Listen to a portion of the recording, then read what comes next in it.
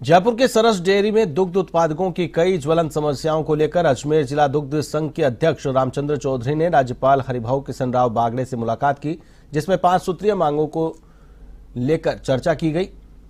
अजमेर में लिमिटेड के आधुनिक तकनीकी से निर्मित स्मार्ट प्लांट के अवलोकन के लिए भी निमंत्रण दिया।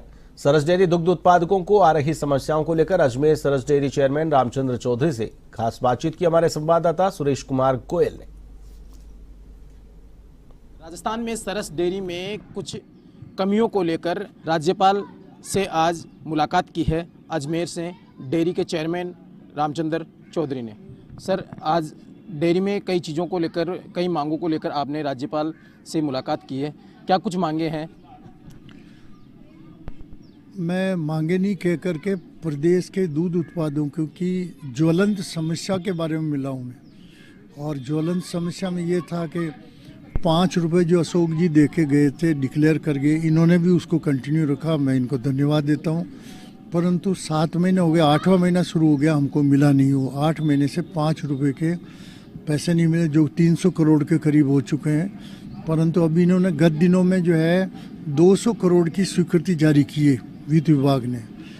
पैसा स्वीकृति का कार्रवाई तो हो गई, पर उसका भुगतान जो है वित्त विभाग जारी करेगा, तब वो किसानों को मिलेगा। वो 200 करोड़ 5 महीने के हैं।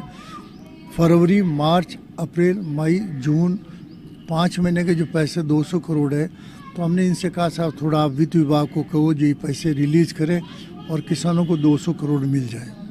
उसमें अजमेर डेयरी के 20 करोड़ हैं।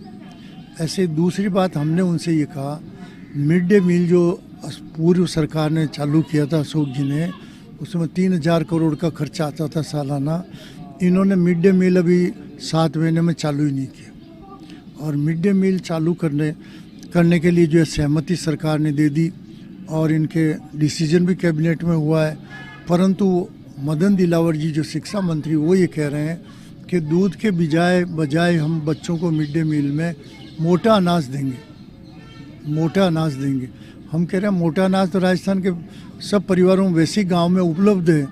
आप दूध दीजिए जिससे कि बच्चों का स्वास्थ्य पौष्टिक तत्व उनको मिले। क्या कारण है सरकार जो दुग्ध योजना जो सरकार ने चालू की थी, अब उसमें वो कह रहे हैं कि भाई मोटा अनाज देंगे, दूध को बंद कर देंगे, क्या कारण है दूध बंद करने का? कारण तो ये हो सकता है वो मदन दिलावर जी के मस्तिष्क में होगी, क्या कारण मैं नहीं बता सकता। परंतु जोरा राम जी जो हमारे डेयरी के मंत्री हैं, वो इसके पक्ष में है और पुरजोर शब्दों से जो पैरवी कर रहे हैं। उन्होंने राज्यपाल महोदय से कल भी बात की है कि भाई मिड डे मील में ये होना चाहिए, दूध होना चाहिए। तो दूसरी समस्या ये थी। तीसरी समस्या हमने उनको ये रखी कि राजस्थान में डेयरियों में खाली पोस्ट 3000 के करीब पड़ी है। हमारे भी जो है 280 पोस्टें खाली हैं। हमारी पोस्टें जो है हमने एनडीडीबी से सर्वे करा के दे दिया। उनको एनडीडीबी ने कह दिया कि भाई ये इतनी पोस्टें यहाँ होनी चाहिए। फिर भी हमारा 8-10 महीने से ये पोस्टों को जोड़ नहीं रहा। अब ये 600 पोस्टों का निकाल रहे थे, तो मैंने कहा आप 600 का क्यों निकाल रहे हो? हमारे 280 बाकी संघों की भी पोस्टें हैं, उनको जोड़ो। यदि हमारा तो नया प्लांट बना, 280 नए आदमी नहीं आएंगे तो ये मतलब चलेंगे कैसे प्लांट? तो 280 का जो है आरसीडीएफ ने और गोपालन सचिव सहमत होकर गवर्नमेंट को भेजा कि अजमेर डेयरी के भी 600 के साथ जोड़े जाएं और इसको 1000 समथिंग पोस्टें कर दी जाए। तो वो हमने इन मामलों से कहा कि आप वित्त सचिव को आप फरमाइए कि इनको जारी करें पोस्टों को। मिड डे मील का भी जारी करें दूध। तीसरा वो 5 रुपये वाले 200 करोड़ है, वो भी जारी करावे। तीनों वित्त सचिव जी के हाथ में है, सक्षम है। वो चाहेंगे तो हमको मंजूरी मिल जाएगी। इसके अलावा जो हमने उनसे कहा भाई हमारे घी वहाँ बिकने ही नहीं जाता है मंडी में, फिर भी राज्य सरकार मंडी टैक्स लगा रखी है। उससे जो राजस्थान से कम 70-80 करोड़ रुपए राजस्थान से मंडी टैक्स के लेते हैं डेयरियों से ये, तो वो बंद किया जाए। इससे वो भी सहमत थे।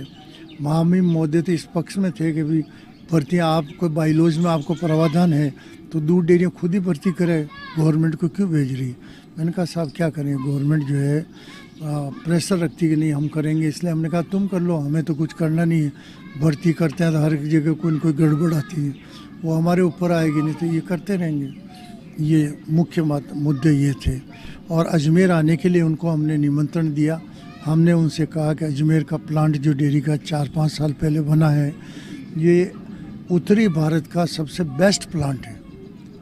उत्तरी भारत में इससे बढ़िया प्लांट नहीं है। आप पधारिए, देखिए। तो सहमत हुए हैं। मैंने कहा हम बड़ा फंक्शन करेंगे, आपको बुलाएंगे। तो अक्टूबर महीने की उन्होंने हाँ भरी है, तो अक्टूबर महीने में आएंगे। आपने कहा कि एक मंत्री जो अन्नपूर्णा दुग्ध योजना थी उसको बंद करने में लगे हैं, वहीं जो पशुपालन मंत्री है, डेयरी और पशुपालन मंत्री है, वो इसके पक्ष में है कि वो चालू रहे। आखिर ऐसा क्यों? एक ही सरकार के दो मंत्री और दोनों के अलग अलग मत, किस प्रकार से देखते हैं? मदन दिलावर जी के लिए मैं कुछ कमेंट्स नहीं करना चाहता, आप ज़्यादा जानते हो। अब उनके मन की मूड की बात तो वो जाने या ब्रह्मा जी जाने, ऊपर वाला भगवान, हम कैसे कह सकते हैं उनके। बाकी उसमें कोई तुक नहीं है। मोटा अनाज तो गाँव में आधी से ज़्यादा जनसंख्या के घर में है मोटा अनाज, साल भर वही काम में लेते हैं। दूध देंगे तो बच्चों का एक मतलब जो पौष्टिक बनेगा, भावी नागरिक मजबूत बनेंगे। और बच्चों को जो है, बहुत से गरीब बच्चे तो ऐसे होता है माँ के दूध के बाद में दूध देखते ही नहीं हो, स्कूल में आके दूध देखते हो। चौधरी जी, एक लगातार ग्रामीण क्षेत्रों में देखा जाता है कि लगातार जो सरस का जो बाँट है उसमें कई प्रकार की कमी आती है। कई बार देखने को मिलता है कि बाँट 10-10 दिन, 15-15 दिन तक बाँट जो डेयरियों में है नहीं पहुंच पाता। क्या कमी है? ये कमी होने का आखिर सबसे बड़ा जो रीज़न है वो क्या है?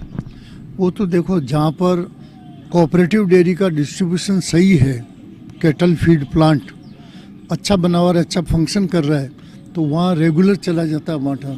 और जहाँ पर जो ये टेंडर प्रक्रिया में जो देरी कर देते हैं, जैसे उसके रॉ मटेरियल उसका टेंडर सीजन में करना चाहिए।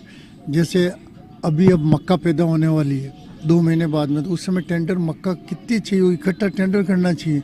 ये क्या करते हैं, 15-15, 20-20 दिन का टेंडर करते हैं। उस टेंडर में क्या होता है कि महंगा होता जाता है, साल भर में महंगा होता है और वापस सस्ता होता है।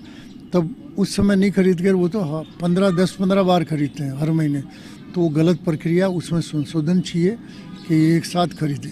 एक लास्ट सवाल, कई बार देखा जाता है कि सरस का जो घी है वो बाहर बिकता है और वो एक तरीके से लोकल है, कई बार छापे भी पड़े। और अभी एक राजधानी जयपुर में एक मामला देखा गया जिसमें जो बार कोड है, आपके डेयरी से ये बोलते हैं कि बार कोड लगा हुआ है, उससे फर्जीवाड़ा आराम से पकड़ में आता है। तो सेम डे और सेम डेट का जो बार कोड है वो उस डिब्बे पे लगाया गया। आखिर ये क्यों होता है ऐसा? इसके ये कारण है कि जो मिलावटखोर है उनको सजा आजीवन कारावास होनी चाहिए।